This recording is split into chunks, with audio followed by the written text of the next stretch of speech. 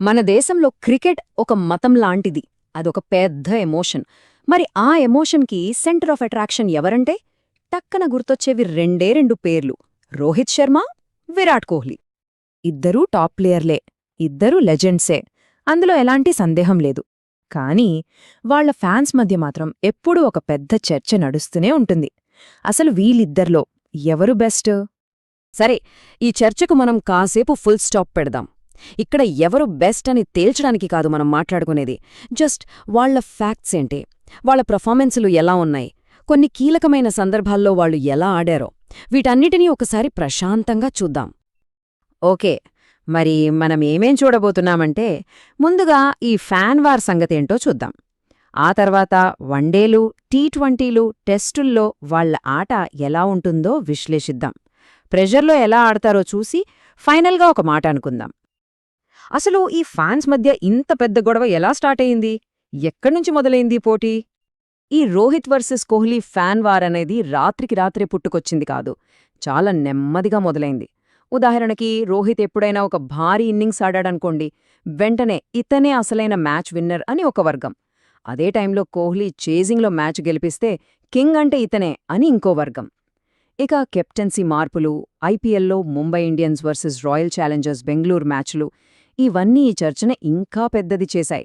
చివరికి social media ఒక యుద్ధభూమిలా మారిపోయింది. అయితే ఈ ఫ్యాన్ వార్స్ ఎలా ఉన్నా ఒక్క విషయంలో మాత్రం ఎవరికీ ఎలాంటి డౌట్ ఉండదు: ఇండియన్ క్రికెట్పై వాళ్ళిద్దరూ చూపించిన ప్రభావం మాత్రం మాటల్లో చెప్పలేనిది. సరే, ఇప్పుడు వన్డే ఫార్మాట్ సంగతి చూద్దాం. ఇక్కడ వాళ్ల ఆటతీరు ఎలా ఉంటుంది? వన్డేల్లో ఇద్దరూ కింగ్సే, కాని వాళ్ల దారులు వేరు. రోహిత్ శర్మ, అతని షాట్స్ చాలా స్మూత్గా, చూడ్డానికి ఎంతో అందంగా ఉంటాయి. టైమింగ్ అద్భుతం. ఒకసారి అతను క్రీజ్లో సెట్టయ్యాడంటే చాలు, ఇక స్కోర్ బోర్డ్ పరుగులు పడుతుంది. మరోవైపు విరాట్ కోహ్లీ, చేజింగ్లో అతన్ని మించినవాడు లేడు.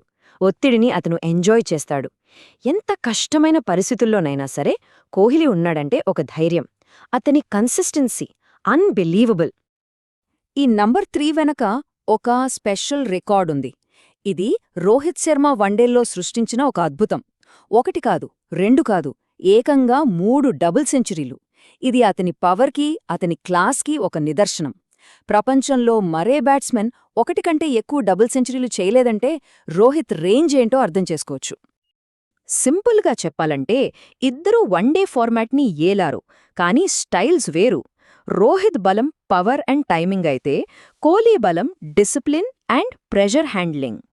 సరే, వన్డేల నుంచి ఇప్పుడు ఫాస్టెస్ట్ ఫార్మాట్ టీ20 క్రికెట్లోకి వెళ్దాం. ఇక్కడ వాళ్ల మధ్య ఉన్న తేడా ఇంకా స్పష్టంగా కనిపిస్తుంది. టీ20 ఫార్మాట్లో ఈ తేడా ఇంకా ఎక్కువ. రోహిత్ ఒక న్యాచురల్ స్ట్రోక్ మేకర్, చాలా రిలాక్స్డ్గా, ఈజీగా సిక్సర్లు కొట్టేస్తాడు. ఇక ఐపీఎల్ కెప్టెన్గా అతను ఎంత సక్సెస్ఫుల్లో మనందరికీ తెలిసిందే. అదే కోహ్లీ విషయానికొస్తే, అతని ఆట మొత్తం ఇంటెన్సిటీతో నిండి ఉంటుంది. ఫిట్నెస్లో నెంబర్ 1, వికెట్ల మధ్య చిరుతలా పరిగెడతాడు, ప్రతి బాల్ని ఒక చావో రేవో అన్నట్టు ఆడతాడు.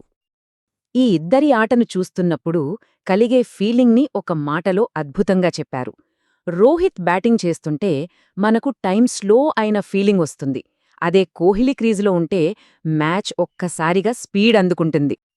ఇక అసలైన ఫార్మాట్ టెస్ట్ క్రికెట్కొస్తే ఇక్కడ కథ పూర్తిగా వేరు. వాళ్ల జర్నీలు, వాళ్లు చూపించిన ప్రభావం రెండూ చాలా డిఫరెంట్. కోహ్లీ తన అగ్రెషన్తో, తన ప్యాషన్తో టెస్ట్ టీంకి ఒక కొత్త ఊపు తెచ్చాడు. ముఖ్యంగా విదేశీ గడ్డపై గెలవచ్చు అనే నమ్మకాన్ని నింపింది అతనే. ఇక రోహిత్, టెస్టుల్లో అతని కెరియర్ నెమ్మదిగా మొదలైనా ఓపెనర్గా మారిన తర్వాత అతని ఆట తీరే మారిపోయింది. ఒక ప్రశాంతమైన, నమ్మకమైన ఓపెనర్గా కష్టమైన పరిస్థితుల్లో జట్టుకు అండగా నిలబడ్డాడు. సింపుల్గా ఒక్క మాటలో చెప్పాలంటే, టెస్టుల్లో కోహ్లీ ఒక ఫైర్ అయితే రోహిత్ ఒక కంట్రోల్. సరే, ఫార్మాట్ల గురించి చూశాం. ఇప్పుడు అసలైన పరీక్ష ప్రెషర్. పెద్ద టోర్నమెంట్స్లలో, గెలవాల్సిన మ్యాచ్లలో ఈ ఇద్దరు లెజెండ్స్ ఎలా ఆడతారు?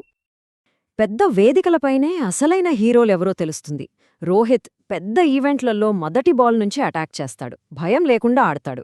2019 వరల్డ్ కప్లో అతను కొట్టిన 5 సెంచరీలు ఎవ్వరూ మర్చిపోలేరు.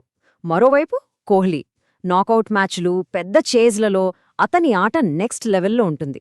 2022లో పాకిస్తాన్పై ఆడిన ఆ ఇన్నింగ్స్ గుర్తుందా? అదొక క్లాసిక్. అలాంటి ప్రెషర్ సిచ్యువేషన్లలో కోహ్లీ ఉన్నాడంటేనే ప్రత్యర్థి సగం ఓడిపోయినట్టే. సో దీన్ని బట్టి మనమేం చెప్పచ్చు అంటే, రోహిత్ పెద్ద టోర్నమెంట్లలో మెరుస్తాడు. కోహ్లీ కష్టమైన పరిస్థితుల్లో గెలవాల్సిన క్షణాల్లో మెరుస్తాడు. ఓకే, ఇంతసేపు మనం వాళ్ళ ఆట గురించి, వాళ్ళ స్టైల్స్ గురించి మాట్లాడుకున్నాం. మరిప్పుడు ఫైనల్గా ఎవరు బెస్ట్ అనే ప్రశ్నకు సమాధానమేంటి?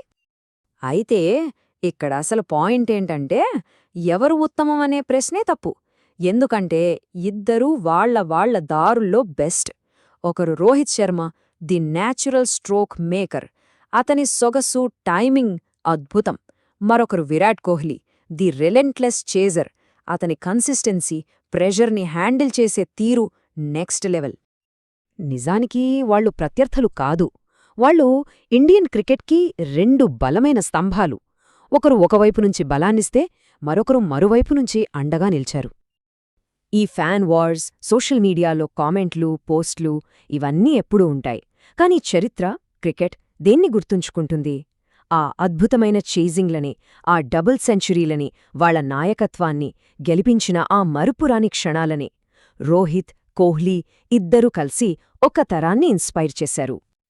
అందుకే ఎవరు బెస్ట్ అనే పోలికను పక్కన పెట్టి ఒక్కసారి ఆలోచిద్దాం. వాళ్లనుంచి మనమేం నేర్చుకున్నాం? ఎవరు మనకు స్ఫూర్తి? ఇది గొడవపడ్డడానికి కాదు, ఇద్దరు లెజెండ్స్ ప్రయాణాలు.